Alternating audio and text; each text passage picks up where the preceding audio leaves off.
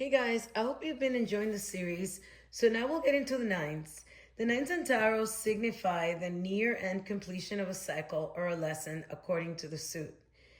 The nines represent the final stage before the total completion, which would now be represented by the tens in the upcoming video after this.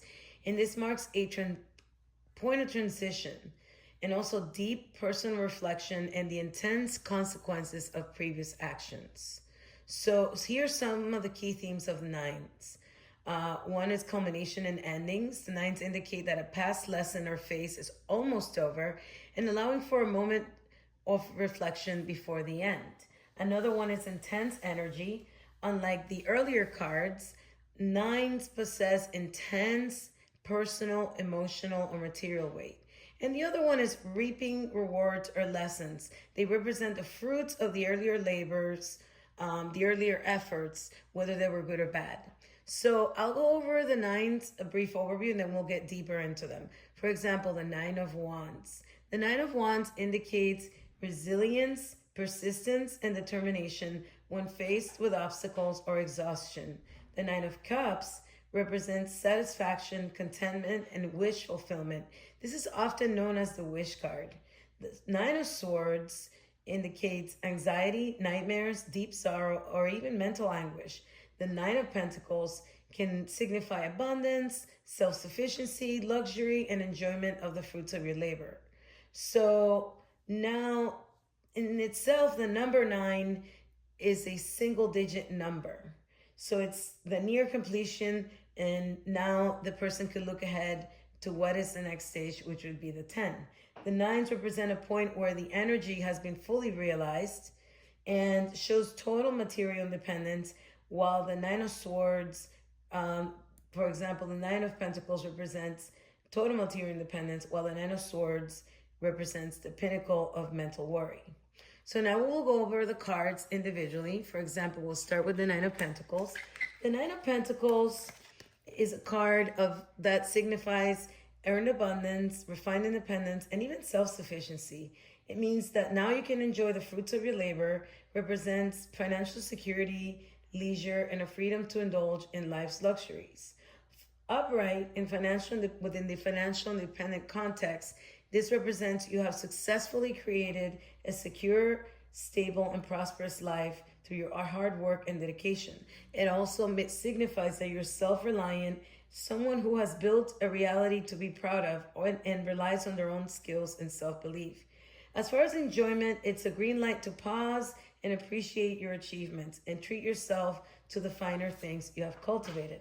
Now reversed, the Nine of Pentacles means rethinking materialism. It's a warning against overspending, living beyond your means, or seeking happiness purely through superficial luxury. Also represents a lack of independence, feeling stuck in a codependent situation, lacking autonomy, or reflecting your personal boundaries. It also means a need for reconnection, a prompt to reclaim your self-worth and build an environment that aligns with your true values. So what you see in the Nine of Pentacles is a lush garden here on the side. It represents that cultivation, wealth, and a safe haven. Then you see the hooded falcon, which is over here. This represents self-control, discipline, and the mastery of your impulses and focus. And then you have a snail. And the snail represents that the true success and mastery take time. Patience and gradual pacing are key to your journey. Now we will move on to the Nine of Cups. The Nine of Cups, this is known as the wish card.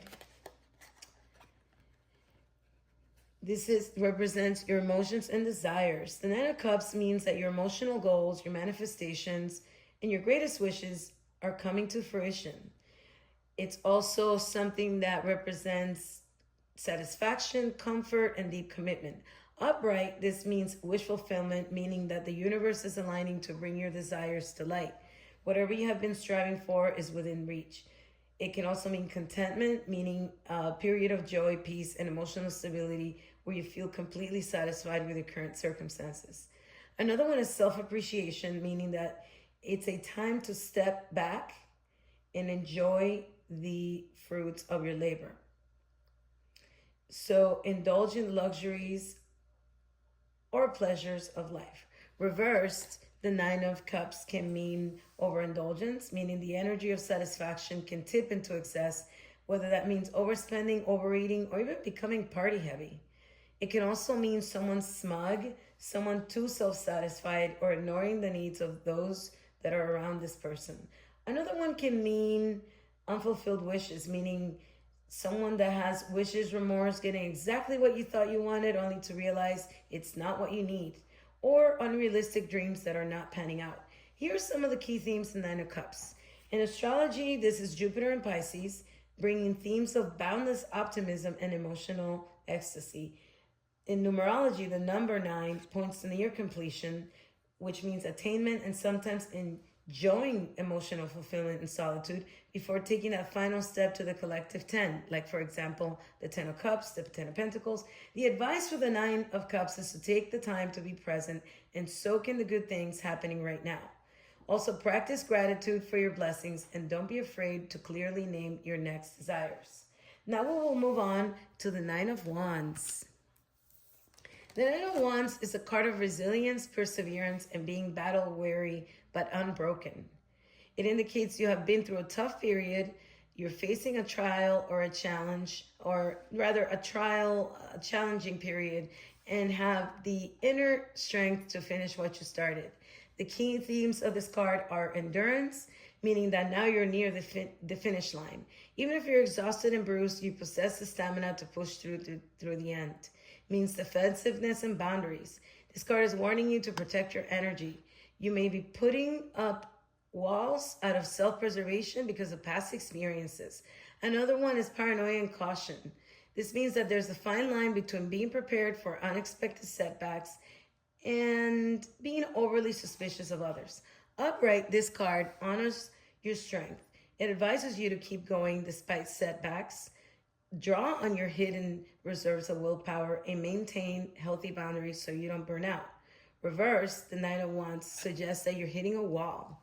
It also can indicate extreme fatigue, paranoia, or even an unwillingness to compromise. It's a sign to drop your defenses and evaluate if you're fighting or a losing battle, or you need to take a much needed rest. Now we will move on to the final card, which is the Nine of Swords. The Nine of Swords is a card that represents mental anguish, anxiety, and even sleeplessness. This is often called the nightmare card, and it points to a state of distress where your thoughts, your fears, and your worries are spiraling out of control. So what you see in the imagery of this card is someone sitting up in bed, crying and burying their face in their hands with a Nine of Swords hanging ominously on the wall behind them. It's hanging on the wall, not like necessarily hurting them. However, the quilt is often associated with the zodiac symbols, and this reminds us that things are rarely as dire as our anxieties make them seem. Upright, the vibe of this card is that the person may have overwhelming worry, guilt, and even the dark night of the soul. The reality is that with this card that you're likely causing your own suffering. The fear is usually an internal creation, whether it's that's through thoughts, through self-doubt, rather than an external threat.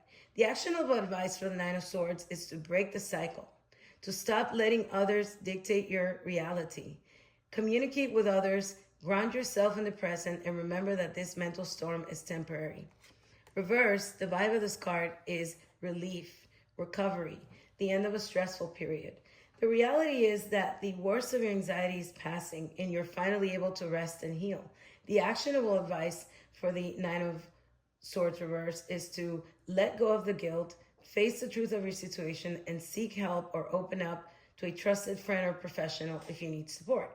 So recap at a glance, we have this is the suit of the swords, which represents mind, thoughts, communication, the number 9, which represents near completion of a cycle, the culmination of a cycle, and the key themes are insomnia, dread, overthinking, anxiety, and healing.